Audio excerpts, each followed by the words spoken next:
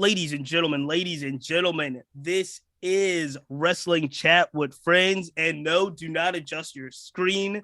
Megan, your favorite heel and heels, is not here, but Cheats, 2 belts / 4 belts, is here along with my main man, Ty.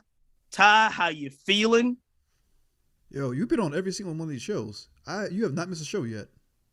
I have not missed a show yet. I feel like I don't want to let the team down. You know what I mean? I'm playing hurt. I'm in COVID isolation. You know this. I've already talked about this, but the whole family is in separate rooms. But I'm still here, man, playing hurt. Dang, you can call me Kyrie. I'm only playing when I want to. Oh man, so there we go. Kyrie is in the building, and let me say this. Ty, you know what? We've been on a hell of a run, Ty. We just got started with this, but we're on a hell of a run. We've had some amazing guests, but I don't know if we have anyone. I don't know if we've had anyone like this.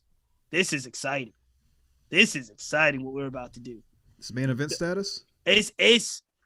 Ooh. You know what? If this was a pay-per-view, what pay-per-view would this be, Ty? How do we rank this one? It's got to be one of the big 4. It's got to be, you know what? This WrestleMania season. This Wrestle Kingdom right now. All right. Well, you know right what? Now. Wrestle Kingdom is 3 days now. We got 3 illustrious guests from the Black Rasslin Podcast. We're excited. Gentlemen, introduce yourselves. Yeah, well, I'm introducing the pod for the first time tonight. You can check us out at some other point. What's up? It's your boy Cal, representing rockthedev.com, Black Rasslin and all points in between. As y'all can see, at least a couple of the squad is on a separate line. Please say what's good to the people, y'all. Yo, fam 790, your social media choice, man. Where's Buffy Podcast at Where's Buffy on all social media, aka Il Goldberg, Il Cosby, the Iliad, because it's a real long story. I am your reigning predictions champion, Davis, aka Drip, the stat guy for BRP, the J White boy. Yeah. Drip Shouts housing. to Matt Damon. 1854. Let's get right into the question about the belt. If you're watching anywhere visual, Drip has the belt, and he just dropped off, but he has the belt. If anyone is familiar with these gentlemen and their podcast, the belt has become a real fixture in the Black Rasslin Podcast. Drip, tell us about the belt, why you're the champion, how it moves along. Well, we had started keeping track of the predictions when I joined kind of, after the fall of 2020, but we really didn't get the belt till the summer of last year, and Cal was the inaugural champion. Matt had purchased the belt because, we had I had won a few and was like pumping my chest, like I normally do. I get, full of confidence, like, yeah. And then Cal's like, I don't give a fuck. Well, Fam's the one who's like, I don't. Fam really doesn't give a fuck, yeah. Fam's like Tetsuya Naito. He's just like, no. That's what I'm talking about. But once we had the physical title, it became more of like, oh, you want to win this. Again, Fam's just like, no. But me, Cal, and Matt, especially Matt, dressing up. I mean, I just dress good every week, but Matt got into it. Tony Brown. Cal did the whole, like, I don't have to show it until I got to show it. And, like, I mean, we went to Jobber Tears. Yes. Those wrestling girls, Jobber Talk, and Cal was there with the belt, taking pictures. People were posing with the belt. So it's become a sought after item in the wrestling community. I mean, Graham from the Public Enemies podcast, shouts to him and them as well. He wanted a shot at the title after I put it up against Spam with the Niners versus the Cowboys. Obviously, That's I was funny. Successful. He's a Packers fan. He's like, we should run it with with Niners and Packers. I'm like, it's Aaron Rodgers in the playoff. I don't want to do that to you. I mean, but I would still be champ if I did that, and I'll still be champ after this weekend. Yeah, we'll see. So Fam, why do you not care about the belt? That's it, because it seems like everybody cares about the belt, but everybody is very clear to say you do not give a damn about this belt. It's because I'm the only baby face on the podcast. It's true. That's the biggest lie ever. The only baby face on the podcast. Now I run a little tweener, however, never full heel. You know what I'm saying? It's babies watching. So, gentlemen, we start our show with My father's watching with a question that we ask everyone every week, and it is probably the most normal and relevant wrestling question you're going to get on this entire podcast. So, we got to ask you what you're popping for this week in the world of wrestling. What as you look back over the last week, what are you popping for? I'm going to start with Ty to give our guests some time. Ty, this entire week that was or coming up, what are you popping for in the world of wrestling? Man, one of the hottest people out in wrestling right now, Matt Cardona, has been doing the damn thing. Doing the damn thing, coming for those belts in GCW, coming for those belts in NWA, coming for them. He's trying to get this belt collector thing going off. I'm loving it. I want to see him slap Jordan Grace in the face. That's what I want to see. And we just had that GCW show at the Hammerstein Ballroom. Matt Cardona just embracing what he is, which is the biggest of the heels, and never, has really come into his own. So that GCW show, shout out to them, Hammerstein Ballroom, really, really amazing visual. If you've seen the visual of that, look crazy. It gave you. Everybody tries to say, like, I understand all the comparisons. Everybody tries to do ECW in different types of ways. Yep. What GCW has done, very respectfully, by the way, it's been respectful, but it is the closest thing you are going to get to what ECW in its prime looked like, and it looked amazing. Oh, go ahead, Cal. Jump in. I don't know where I saw it. Shout to whoever created the image. I have to find it at some point, but they should. It was two columns, and it was one. It was like back then, and it was WWE, WCW, ECW. Then it's like today, WWE, AEW, GCW. I mean, looking at them in the Hammerstein. I mean, he had the GCF and W shirt on. I was watching I was watching it earlier, but just the way the crowd, because the crowd felt like it was its own thing. Who was they screaming "fuck you" to? Who was they saying "fuck you" to? Had to be the Matt Cardona. It had to be Matt Cardona. Yeah. Nah, it was Matt. It was the Moxley match. It was right before in the Moxley. Oh, the old dude, the fake Harvey Wolferman looking dude. Who the fuck? I forget the name. They were out. They were. I don't want to say they was going into business for themselves, but they were. It was that crowd that really fucks with the federation. So they're ride or die for the brand as well as the people who are giving them entertainment in the ring. Right. No, absolutely. So that's a great one.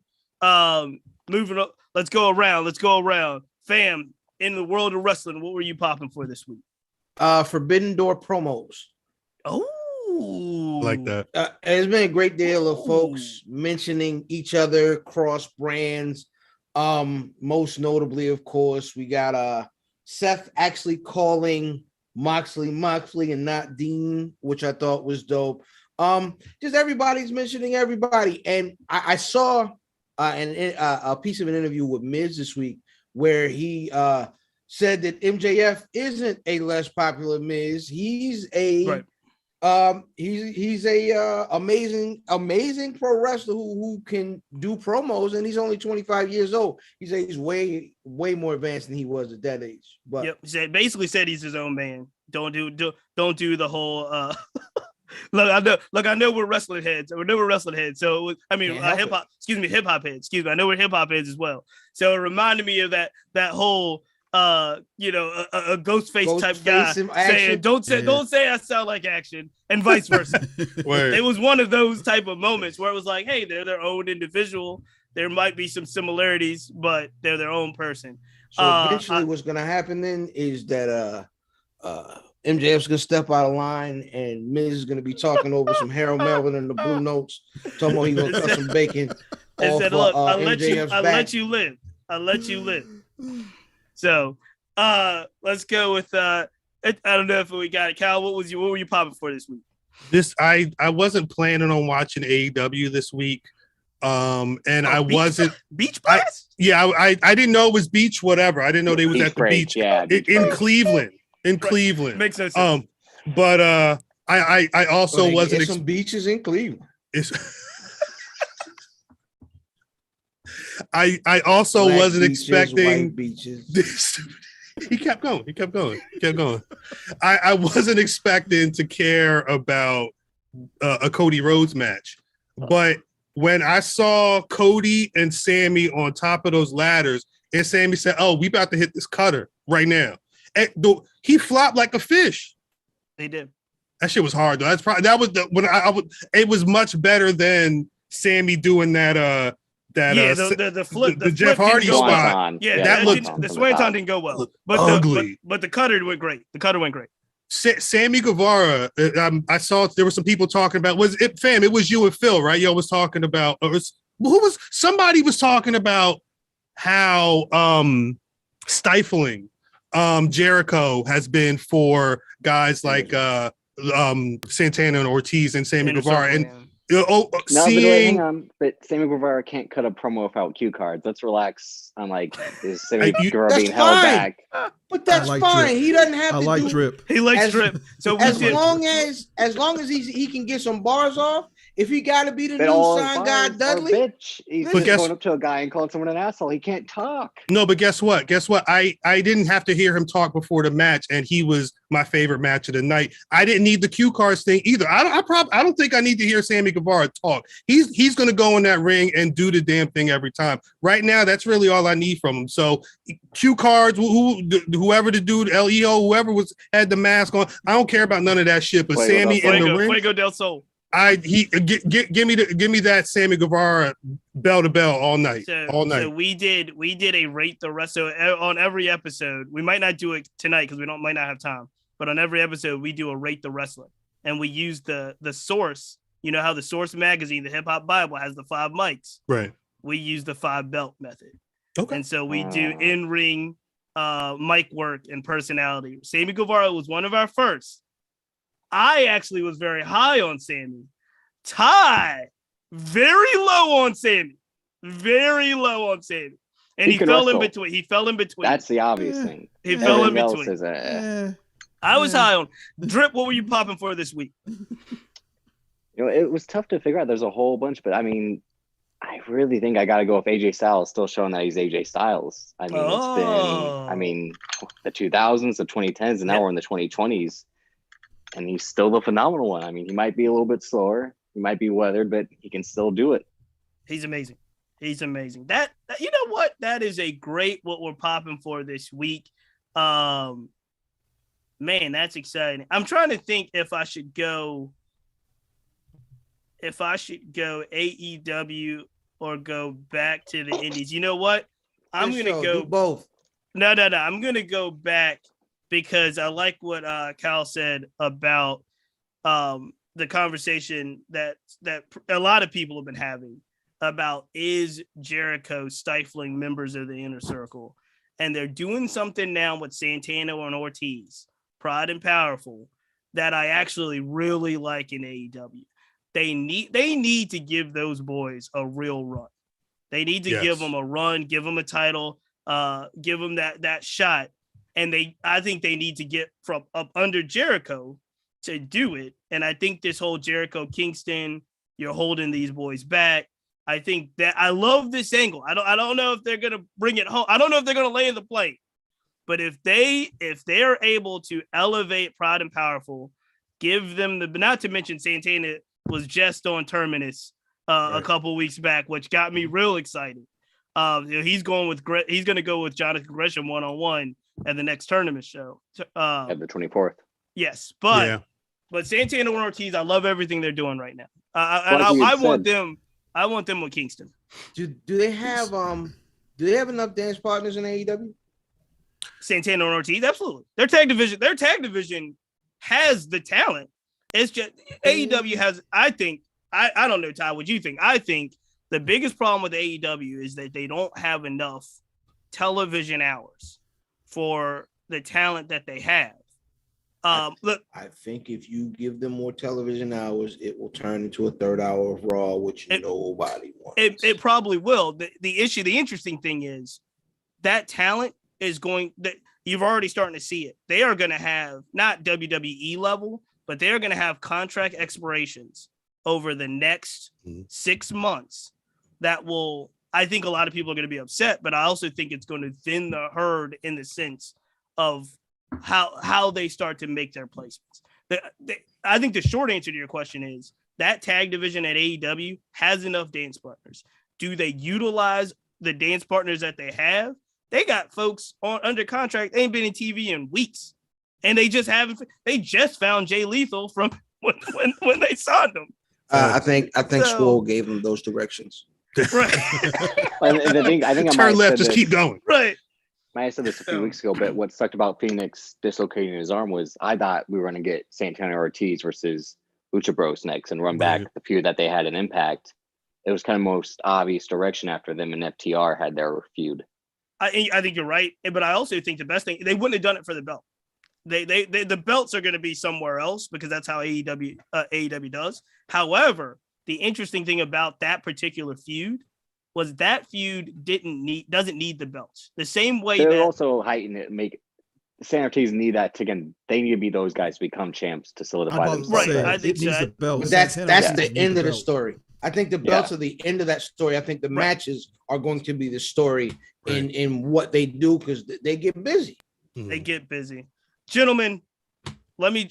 Speaking of getting busy, that's a perfect transition to talk about what has been a journey. I'm talking about a real journey when it comes to the world of this podcasting, this media space, doing what we like to talk about, which is highlighting some of the underrepresented, unheralded, misrepresented also talent in the world of wrestling. The Black Rasslin Podcast, I checked, and you guys are well over 270 something episodes. Yep. It spans over a half a decade now. I need to know the story. The people need to hear the story. How did this come together? How did this illustrious crew come together and really build, which is something that is really special in this space, gentlemen? So congratulations, but I need to hear the origin story. You from the beginning? From the beginning. I got bit by a spider, right? So and then your uncle. I'm gonna try and go back as far as I can. And Fam will vouch for this, okay? I used to have this little hip-hop blog called rockthedub.com. And I would write about music. I'd write about a lot of different things, stuff I was into. And I would post wrestling content on there. And there were some days where I was like, damn, I'm posting a lot more wrestling content than I am like evening it out. So let me start a blog. So I grabbed blackwrasslin.blogspot.com was originally the site. And through my dealings with, posting independent hip hop performers, I met Fam. Fam was sharing music. I don't know if that person wants to know. He was trying to get his people's music out there. Math at Mav Damon. Not me. Not Drip. We didn't know Drip yet. But so we Drip's rap career. me and Fam and Matt, we were cool at like we were cool, and with the invention of Twitter, like Monday nights, if we were watching Raw, we would talk wrestling all the time. This was years ago, 2008, 2009 type shit. So I was keeping up the blog, but at some point I was like, I don't have the time to do all of the writing. What if I started a podcast? So at my job, I was working this trash customer service job. I would print out wrestlinginc.com pages, whatever stuff I wanted to talk about. And I would take them. I would take a quick break. There was this dumpster right across from the parking lot. I would go out by the dumpster. I'll record into my BlackBerry. I had a BlackBerry. Was it a Curve? It was a minute ago. I had a BlackBerry. I was recording segments. Blackberries. Facts. I would record segments. I get home. I chop them up. I put some some new Action Bronson or whatever I was feeling hip hop wise. And I made a little trashy podcast. It ran for maybe like it ran for about a year, almost a year. I got a job, the job I'm still currently at now. And I knew at that point I wasn't going to be able to go to the dumpster and make this little podcast every week. So I shut it down. This was about September of 2012. I reluctantly shut it down. And I guess it was 2017. There was, because in the interim of that, Fam mentioned Where's Buffy, the Where's Buffy podcast. Him and his people's down in Maryland. They were doing very well. They were putting on, and it was crazy because I didn't really know they were doing all this, and to see the finished product, years later was like, damn, they really, went to the lab and they figured it all out. Coincidentally, Fam and Math were having conversations on the side, like, we want to talk about pro wrestling, but the Buffy isn't really the venue for it.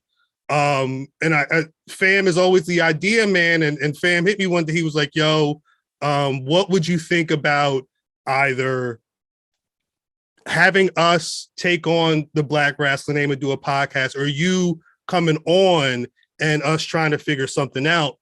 And Royal Rumble was coming. We said, maybe let's try and record it. Let's figure out a time. It was late. Was probably drinking a little too much by the time we started, press the record. But and like I said, we never interacted on the phone. Like, the first episode of the podcast is literally the first time we got on the phone to say, hi, my name is Cal. Hi, my name is Fam. Hi, my name is Mav. Wow. And Kurt Angle was coming back. I think we talked. Jimmy Snuka might have been in the news. Jimmy Snuka was a big part of that episode. I heard that episode today.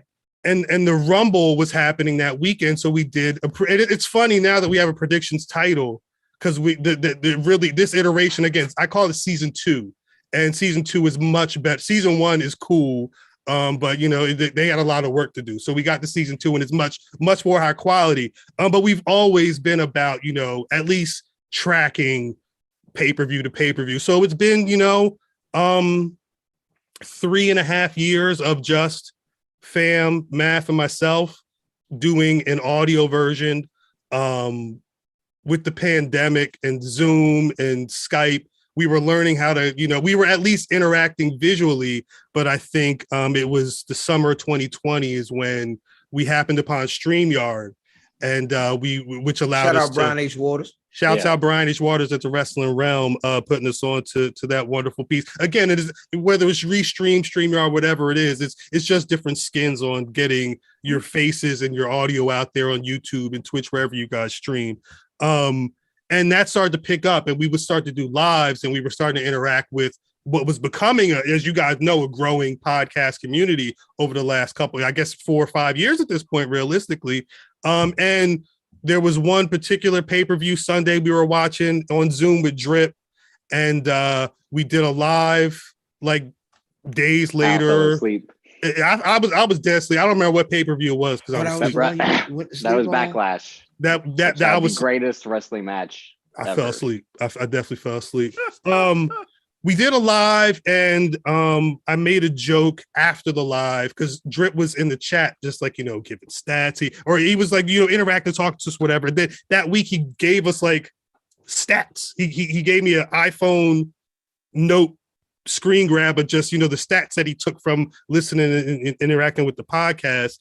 And, we made the last Thursday of every month Diversity Day. We would have Drip come on live and be our stat guy. It went from once a month to every week, and now this man's the predictions champion. It's crazy. Yeah. But I mean, that's literally the last 5 years of the podcast in a nutshell. White man. Yeah, how about that? How about that? So that's an amazing start, and that is not dissimilar from how you hear a lot of podcasts are. There's folks that are tracking, they're checking it. Very similar to Ty, myself, Megan, how we all got together. It's like, oh, you like wrestling too? Let's talk about it. Right. But what you gentlemen and the team has managed to build is not, common. You guys have started to build a community. I'm looking at Fam's WrestleMania style Black Rasslin shirt, and I'm looking at Kyle's like Public Enemy style And it's like, how was it always kind of the goal to bring in a community? Or it was you looked around one day and was like, yo, this is really, we got something. When did that hit for the podcast? When did that hit?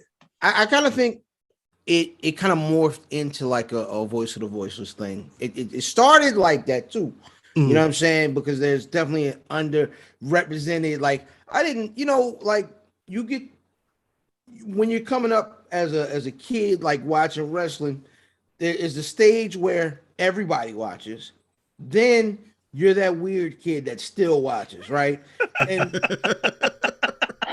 and we've all been that weird kid. And then you get to be that weird grown up that still watches. Like, nigga, you still for real? And they start mentioning old Pete Brutus, Beefcake. Nah, nigga, like, you get a whole lot of, and there's a whole lot of I guess people kind of putting you on an island of, you're a wrestling fan, right? But then you're a black wrestling fan of, whatever age, and you like, man, there's got to be other. And when you start to find other people, and that's with social media mostly, you're like, oh, it's other folks that have the same opinions, that don't want to keep seeing those light-skinned champions or worse. You know what I'm saying? And you want to, and you start to going back and forth, and then you realize, I can talk a little bit. People kind of like my opinion, so I like my opinion. So it's a thing where you merge things. Like we were already in the media game. We were already doing Where's Buffy? Cal, of course, was out here talking to everybody and their mother, you know what I'm saying, on the intro nets. You know what I mean? Like, he was, you know what I mean? Like, Cal, you know what I mean? He, like, next week he might be talking. You don't never know. You never know. No, you never know. I mean? I think he got an interview with Ralph Lauren next week. Yeah, I talked to him tomorrow. No, I don't. Put in the good word. Tell him. Yeah, facts. So we're in a unique time period right now, I think, where, for lack of a better term, black wrestling is at a height that it's never been before in regard to interest, in regards to the number of talent that's being recognized. There's just the number of podcasts. There's this weird thing now that's happening. I don't know if it's weird. It might be just welcome, that black wrestling is at an all-time high. And the fact that you gentlemen have always centered that underrepresented voice. You've centered black wrestling from the indies up to the majors. You've had folks just recently, Shane Taylor and others on the show.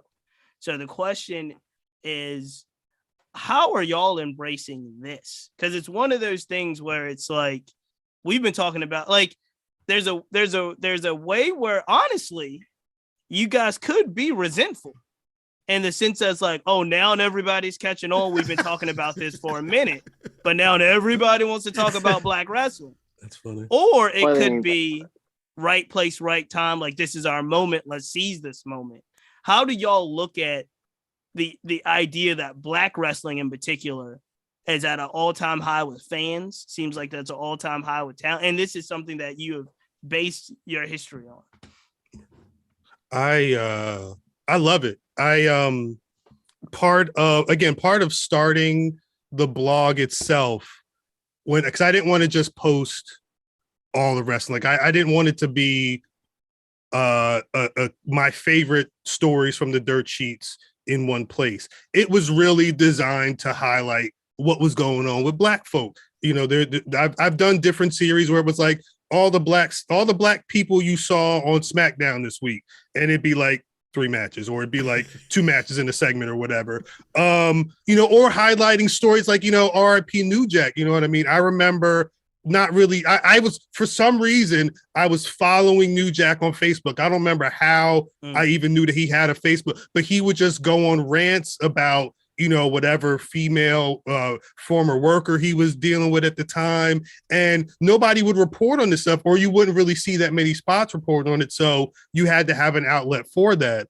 But a lot of it was because growing up, you could count on one hand how many Black people you would see on a WWF Saturday afternoon show, let alone on the pay-per-view, let alone being any type of real threat to a championship before actually being a champion. So being able to have a year where Bobby Lashley and Big E and Bianca and Sasha and Trish Adora and Shane Taylor and Chris Beck. There's so many names, Lee Moriarty, Jay Cargill, Big Swole. Like there's so many people that every week we get to see do fly stuff or are working towards getting to that level. Shouts to Darius Lockhart. It's important to, again, if we're going to be Black Rasslin and there's a time where Black Wrestling Draws is the hashtag that's trending on Twitter, I can't be resentful. I can only be appreciative because I wish I was that little kid who could look at Raw and see fucking Big E dancing around in the ring and then go be the champion at the end of the night. Like, come on. The wrestling fan in me from back then was dreaming for a day like this. So I'm loving it. I'm loving it. And I love that we're able, we may have been a little ahead of the curve again. I think a couple of, a number of us were kind of moving towards that. It's a community. But it's good to see that manifest. What are you going to say, Drip? The BRP 50 and Math creating that, again, to spotlight not just the stars in the mainstream, but the stars that you might not know on the indies and that are coming up. So when you see them on your TV, you'll know who they are, and you can then find out all these other hidden gems across not just the country, the world, and all over. And I think that kind of shows, not to speak for Matt, but like, again, how this has always been here, but it wasn't showcased. Right. And with the merch, it's paying homage to the limited heroes of the youth. How many Bad News Brown t-shirts were there? How many Nation shirts were there? Whereas now, because of the stars of today, of Bianca, Bobby, Big E, kids now will be able to see that, but still it's a struggle with it in certain areas. I mean, with airtime and exposure and all that. But that's kind of thing what Matt's mission is with the BRP 50, and especially the merch, is to pay homage and to recognize, most importantly, the incredible talent that's always been overlooked. And I want to piggyback on that, just to say that a lot of that is also just because we're always trying to be different. If we see the community doing like the reason the BRP 50 list even started was because everybody.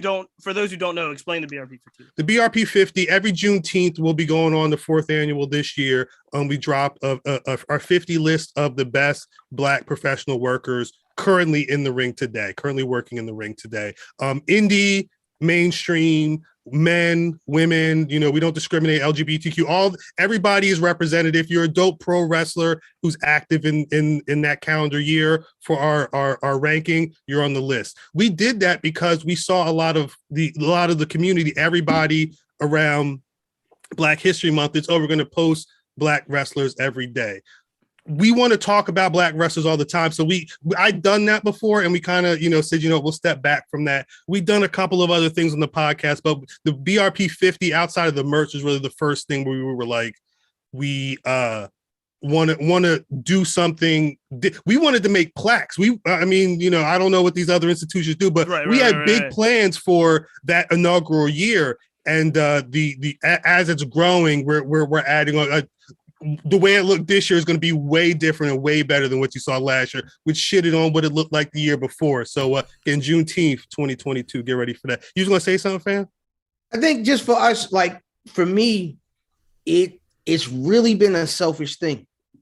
Like we all said, we didn't see ourselves in things. If you've ever been any creator that's talked to me personally one-on-one, I always say, yo, keep going, keep pushing, because I want to hear that content. Like, I want to subscribe to your show because it's going to be different from y'all's show. It's going to be different from our show. It's going to be different from Black Announce Table, Java Tears, Public Enemies, you know what I'm saying? And all those folks. And the cool part is you get, like, by pushing each other, you get a bunch of different perspectives, and it teaches you something, right? And so even you get the entertainment, but you also get a bunch of perspective from different folks, man, because like I said, nobody knew my perspective when I was the weird kid still watching wrestling. Now we know all of those perspectives and then some. Jump in here, Ty. What you got for him? So, y'all, I know, fam, you said you were the only babyface on the show. Sometimes tweener, on the show, I seem to be the heel. I know that Megan says he's the heel on this show, but he is definitely the heel on this show. So as the only babyface, you find the other two like jumping in on you. Like I find myself on this show. He's also the only pro WWE guy on the show, so that's. I'm not even a WWE guy. No, it's just we're so anti. It's not that we're anti WWE, but we're hard on WWE. He has to play devil's advocate.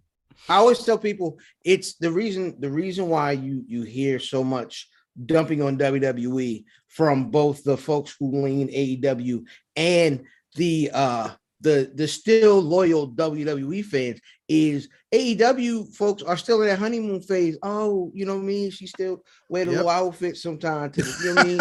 And then, you know what I mean? You're like, all right. And then the WWE fans, oh, you wearing them big girls again. Like they can trash AEW, but they'll also be like, all right, man, I don't need this third hour. We didn't need almost coming out in that big brunch booth. Like, you know what I'm saying? Like, we are still willing to kind of talk about the one we still love. It's the Death Star, man. That's what it is. It's the Yankees. They've been winning for so long, and it's an easy target. And let's just be frank, like WWE has done a whole lot of things that are stereotypical, gimmicky.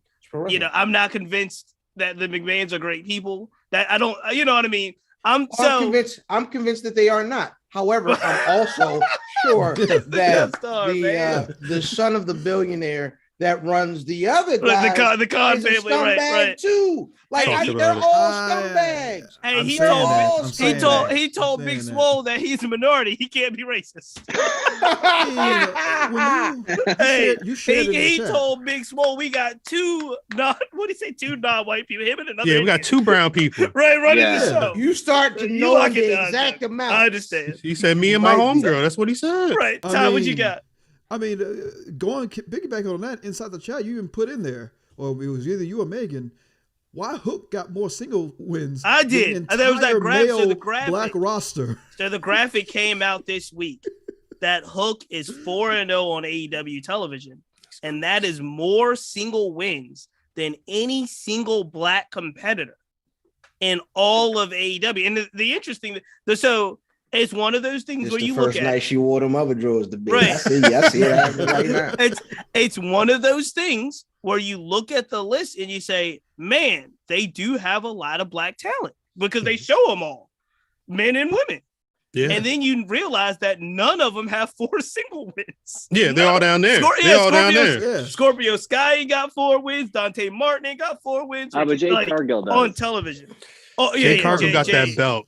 Yeah. And it speaks to her star power again, and I think the similarities between Jay Cargill and Hook, which is the Goldberg comparison as well. Those are two people that AEW are trying to build up from scratch so they can be their stars in 3 years from now at the top of the card. So they'd have to start somewhere. So the graphic must have been all men. Was the graphic all men? It was because it wasn't Jay. Jay wasn't. Jay wasn't on there. Jay was on there. Yeah, it was all men. Notice when they're doing what they do. We see them more Fridays than we do Wednesdays. And that's because they know Fridays is the future. And then you still got to watch these white boys argue over. Yeah, baby. Chicago and Jersey. Like they pushed out Leo Rush, who should be one of the one of the 4 pillars. Gone. Look, I don't want to belabor the point because we got more questions to go back to. But I do have to say, I am a huge Ty, we talk about this all in chat all the time. There's not a bigger fan of Leo Rush talent than me. Something is going on with Leo Rush. I'm talking about The world ain't crazy. You saying the world isn't crazy? It's something else. Are you trying to say that Leo Rush is AB? Yeah, I think it might. You said Kyrie Irving earlier. I think Leo Rush is misunderstood to the majority of people that we would consider reasonable and competent. He is misunderstood by those folks, and I don't know if there is a scenario in any situation where Leo Rush will feel understood and appreciated while he is in this iteration of himself. Because here's the thing. We talk about music all the time. We talk about music. Leo Rush wants to be a musician and a music star. Yeah. He happens to wrestle. He is a very, very talented wrestler. He knows that. That pays the bills.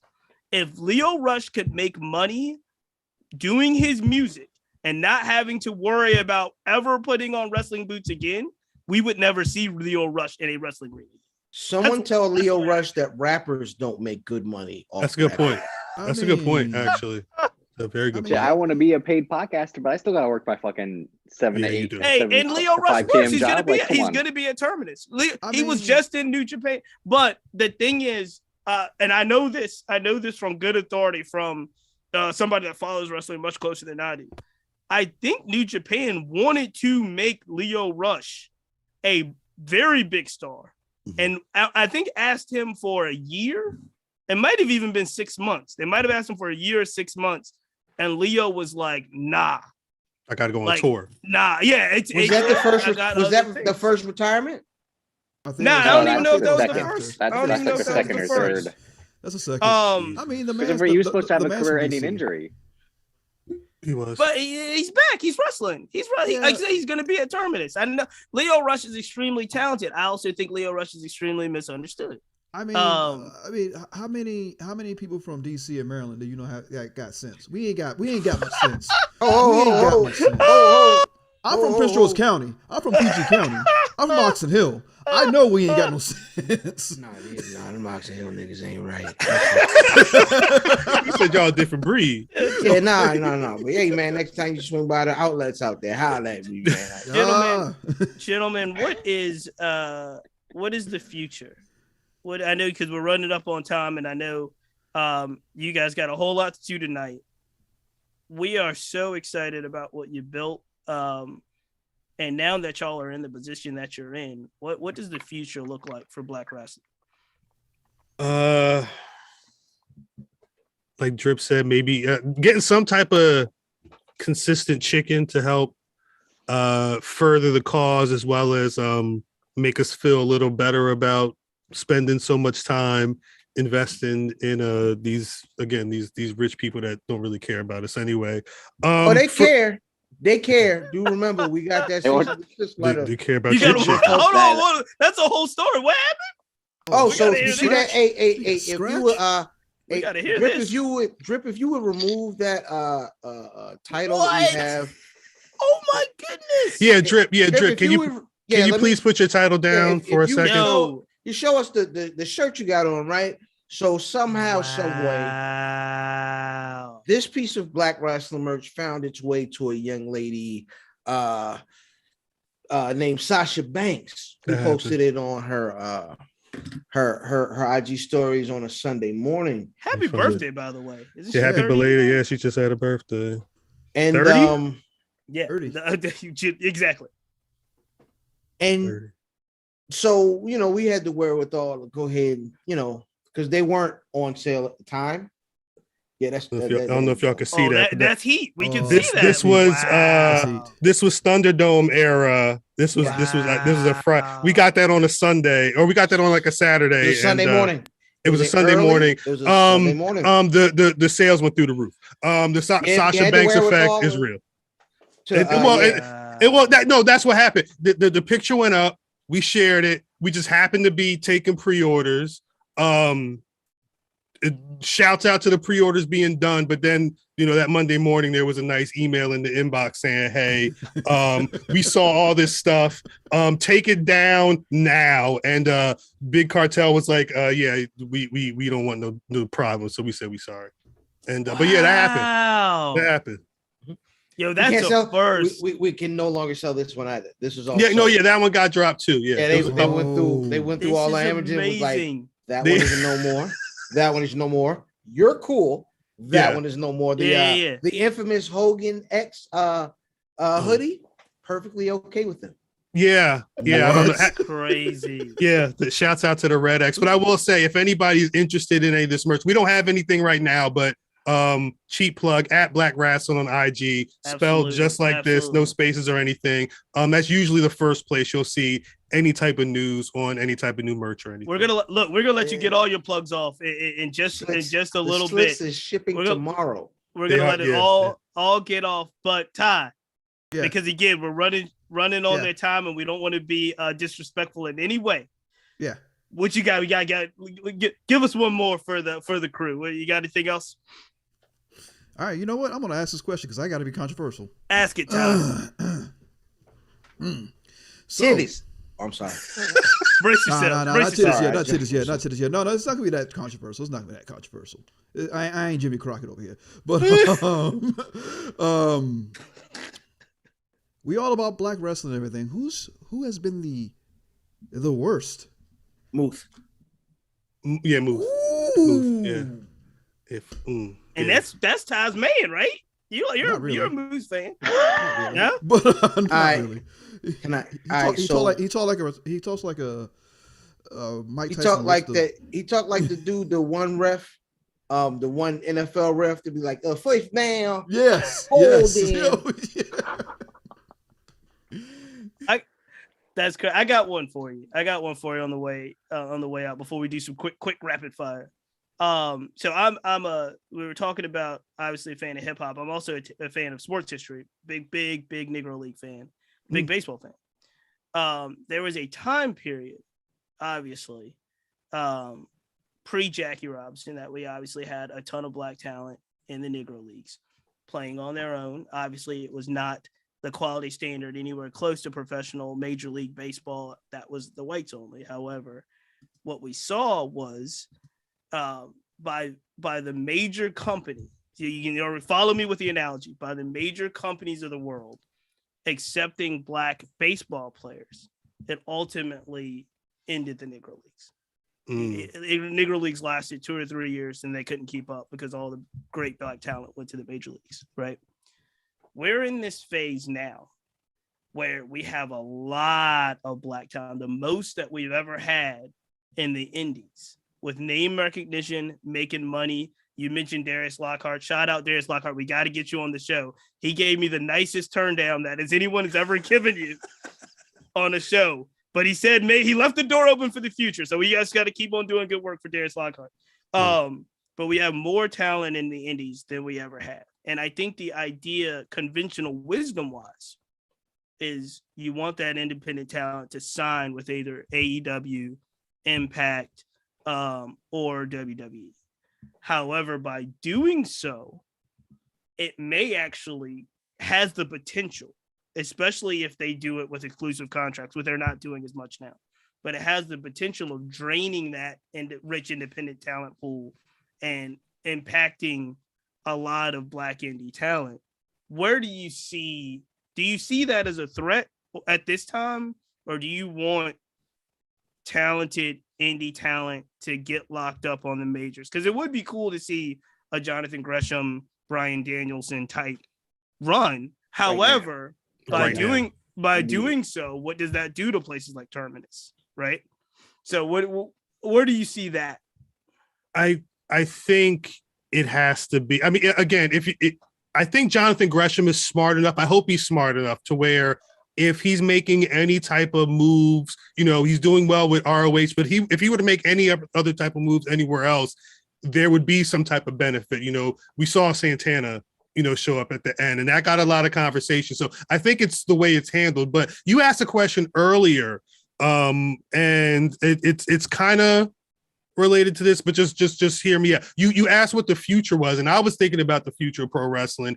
And again, shouts to Chris Bay. He tweeted a bit ago about wanting a true black-owned federation on television. I would love to see that.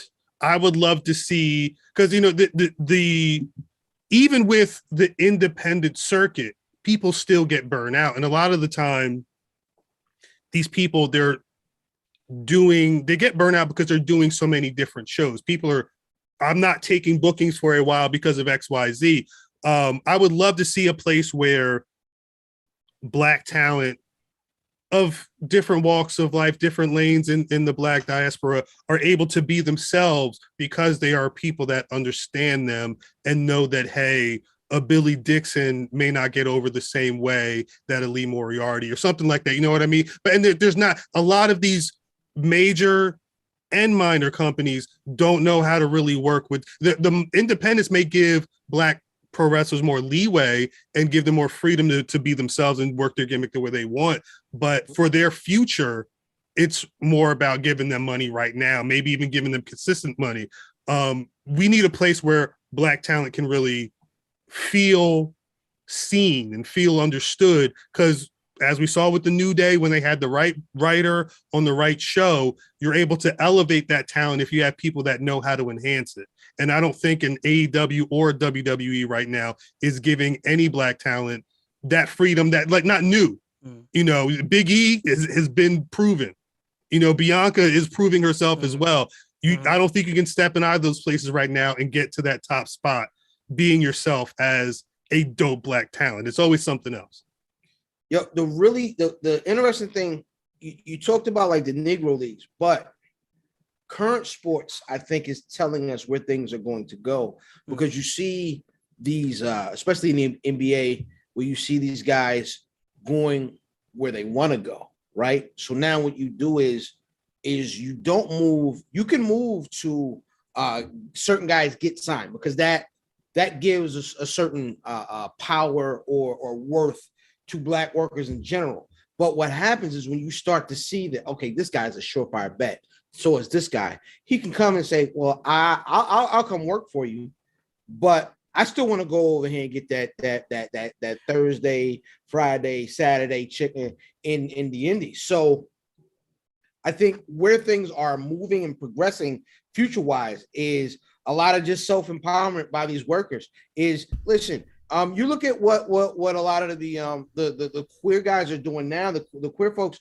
are making their own promotions. They're doing it themselves, and so you'll see guys pop up in the big leagues, to kind of rock with the analogy, but they will still go home all the time. So you empower yourself to be able to empower the rest of your folks. You bring up a good point, but the interesting thing that I don't think is talked about enough when we talk about how everybody outside of the WWE, let's just call it what it is, and that's why they're the Yankees, that's why they're the Death Star.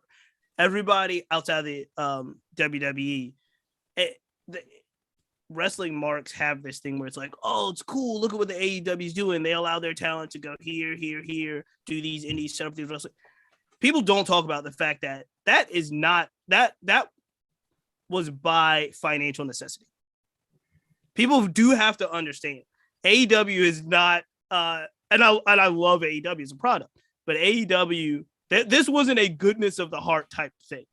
AEW could not afford to get exclusive contracts to have these workers locked in AEW and pay them exclusively like the WWE does. So in order for them to attract them, they said, hey, look, we're going to sign you to a non-exclusive contract, so you get this money and you get the indie money that you set up that you're responsible for. And the interesting thing is that in itself, and that collaborational spirit has allowed it to appear, and rightfully so, that it's like all of the indies, it's the WWE and everyone else. And it seems like everyone else is allowed to kind of intertwine, work, promotion, jump, but it's interesting. That's what had to happen in order for them to be a viable entity. The interesting thing I want to figure out, and this is a conversation for another time, gentlemen, but the interesting I do want to figure out is I heard one time, and it's not 100% accurate, but it was people can't really work their way into, like, if you're a middle class person, you can't work your way into being a multimillionaire. work your way into it. There's other things that has to happen, but it has to be investments. It has to be these deals. It's not like you go to a job every day and then you're going to have to rebuild. You know what I mean? And so when we really take a look at the major players that are on TV, you got Vince, you got Ted Turner, you got Tony Khan. Think about the money that these guys, outside of Vince, that obviously came through wrestling, but it was, Ted Turner and Tony Khan money are a whole different instant.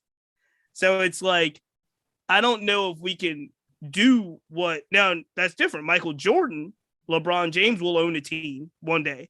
Michael Jordan was able to get enough Nike money and NBA, you know what I mean, to be in the position that he's in. I don't know if we're going to get a wrestler that's able to do a Michael Jordan type thing. They're going to need to figure out who the Tony Khan is and then do the Cody thing, right? And the Kenny Omega thing and be like, you're the purse.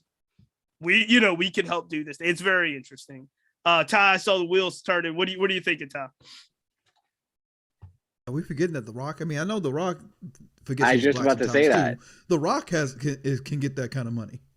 Yeah, he already. That is true. The Rock might be the one guy that could get a promotion on TV with his own money. But then again, The Rock's on a lot of money. What is it, XFL or something? Rock might be broke. that was sold for 50 cents. Come on, Rock might be broke in a week. But don't forget, I mean, he may be messing up some connects. I mean, he's got a whole TV show with NBC. NBC owns Peacock, which is showing all the WWE. And I would assume that his relationship with Vince would be permanently fucked if he, started a rival organization that rose up to the level in NXT or AEW. Hey, look, God willing, everybody lives forever because Vince has definitely defied time. But there's going to be a time where Vince isn't there anymore. No. We got to think about this. Gentlemen, this has been a blast. I got to ask you before we get out of here, because I think y'all have had a lot of amazing segments on your podcast over the years, over the history. There is one that stands out to me, and I think it stands out to y'all because y'all put it at the top of y'all's YouTube page. If we are comparing wrestlers to hip-hop artists, are y'all still standing by John Cena as Hove? I don't exactly know who said it, but somebody said John Cena is the Hove of the world in the comparison. Then there was some other, give each of you, just give me one. It doesn't have to be John Cena Hove. Just give me one. Who is your wrestler and hip hop equivalent? And then we'll get you out of here. Do I have a recent one? Was Kevin Nash was the Raekwon? Oh, geez, I don't know. Or was he the inspector? Well, let me go to the page. Stop it. I will say this: youtube.com/Black Rasslin. We had these conversations are it's not just, hey, I like this guy, I like this rapper. Nah, we really go through the history. I'm trying to find they're really funny. I've been a hip hop writer, hip hop for the Huffington Post. I know you had Andreas on the show, who's a hip hop writer as well.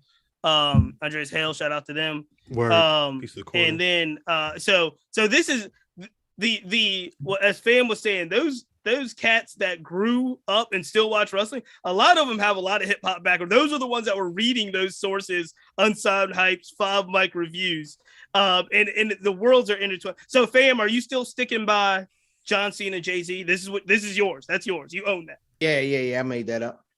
Okay. I kind of go with who you got, Ty? Because I already got one. I've already said it on our show, and it was very controversial. Real quick.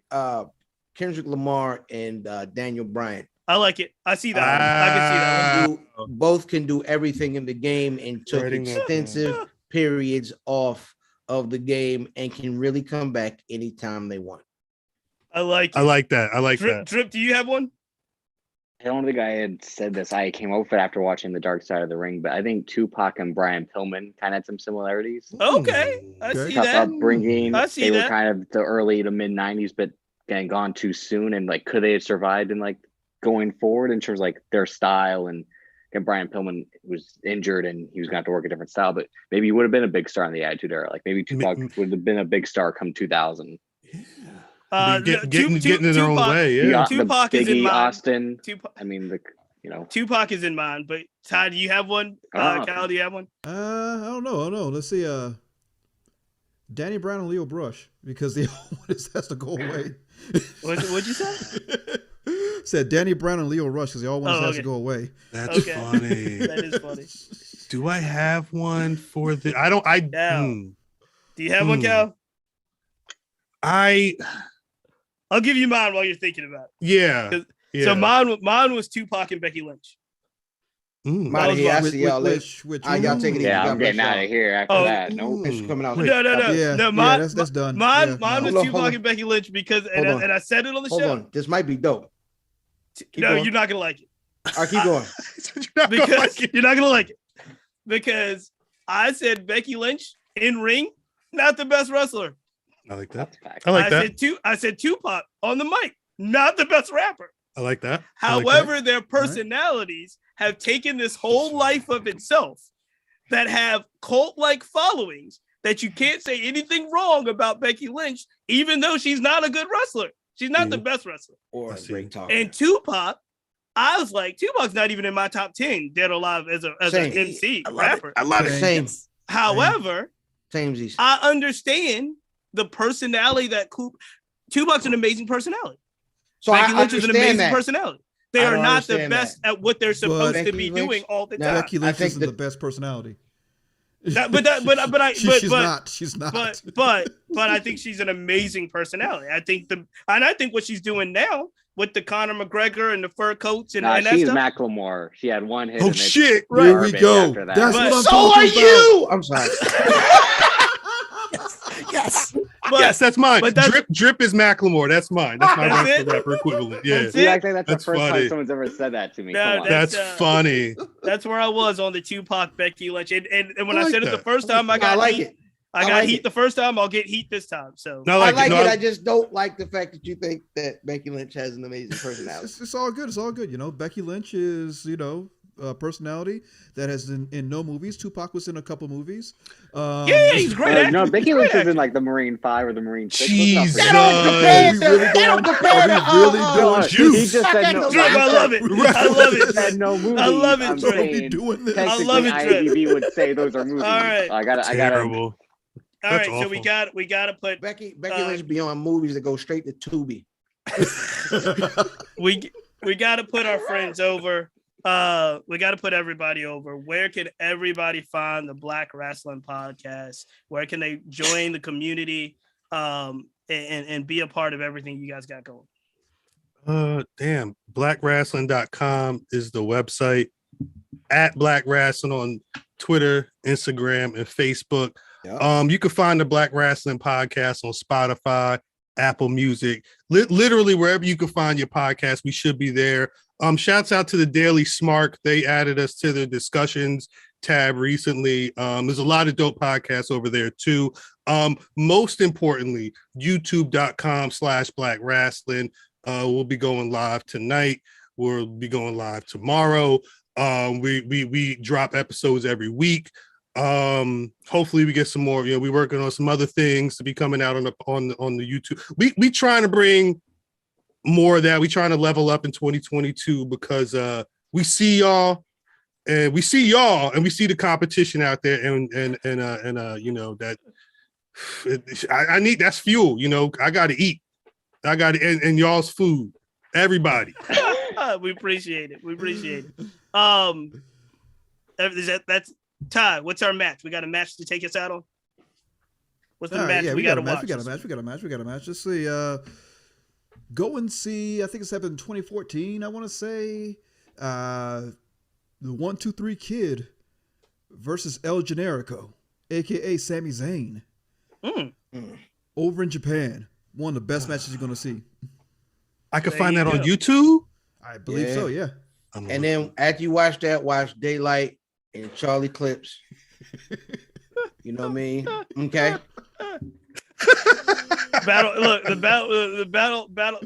Battle rap situation is taking crazy. Facts. Gentlemen, it's been a blast. Wild on space. Want to thank you guys so much. We are going to take you out as always. But before we do that, the Family Podcast Network, it's up, it's running. We are so excited to be a member of that.